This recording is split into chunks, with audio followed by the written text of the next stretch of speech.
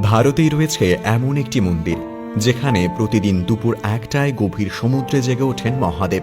কোথায় রয়েছে সেই মন্দির, কোন রহস্যই বা লুকিয়ে রয়েছে এই মন্দিরের ভেতরে, চলুন জেনে নেওয়া যাক বিস্তারিত। অতুল্য ভারতে কত কিছুই না আশ্চর্যের রয়েছে, গোটা বিশ্বের কোথাও নেই কিন্তু সেই সমস্ত আশ্চর্যের ঘটনা বোধহয় অনেকেরই অজানা। তেমনি হয়তো আশ্চর্য সব জায়গায় হিন্দু মন্দিরের উৎপত্তির কথা শুনেছেন। মাঝ সমুদ্রে ডুবে থাকা মন্দিরের কথা কখনো শুনেছেন? বোধহয় শোনেননি। এটি একটি শিবের মন্দির। গুজরাট থেকে মাত্র 1 কিলোমিটার দূরে আরব সাগরের মধ্যে রয়েছে ভগবান শিবের এই মন্দিরটি। স্থানীয়ভাবে এই মন্দিরটি নিষ্কলঙ্কেশ্বর মন্দির নামে পরিচিত। লোকমুখে কথিত রয়েছে যে এই মন্দিরে শিবের কাছে নাকি যা চাওয়া যায় তাই পাওয়া যায় এবং তাই নাকি সত্যি হয়। ফলে ভিড় বাড়ছে বাবার দরবারে। মন্দিরটির চারপাশ শুধু সমুদ্র আর সমুদ্র।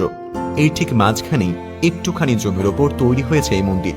তবে সমুদ্রের মাঝখানে হওয়ায় পুণ্যার্থীরা সবসময় এই মন্দিরে চাইলেও যেতে পারেন না। ভগবান শিবের দর্শন করতে হলে দুপুর 1টা থেকে রাত 10টার মধ্যে আসতে হয়, কারণ অন্য সময় জলের তলায় থাকে এই মন্দিরের প্রবেশপথ।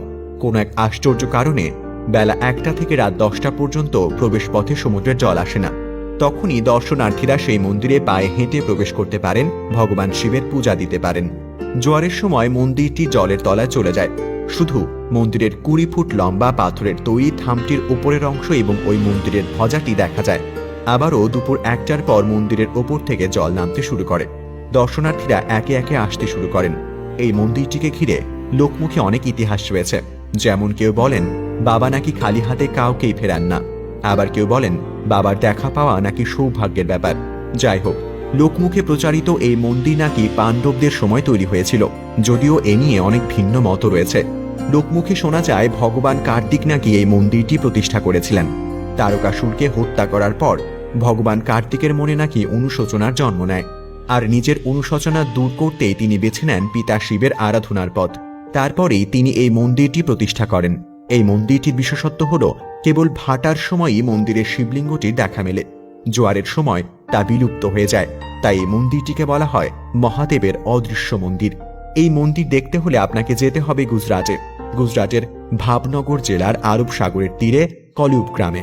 এখানে সমুদ্রের ভেতরে 1.5 কিলোমিটার গেলে তবে দেখা পাওয়া যায় এই মন্দিরের।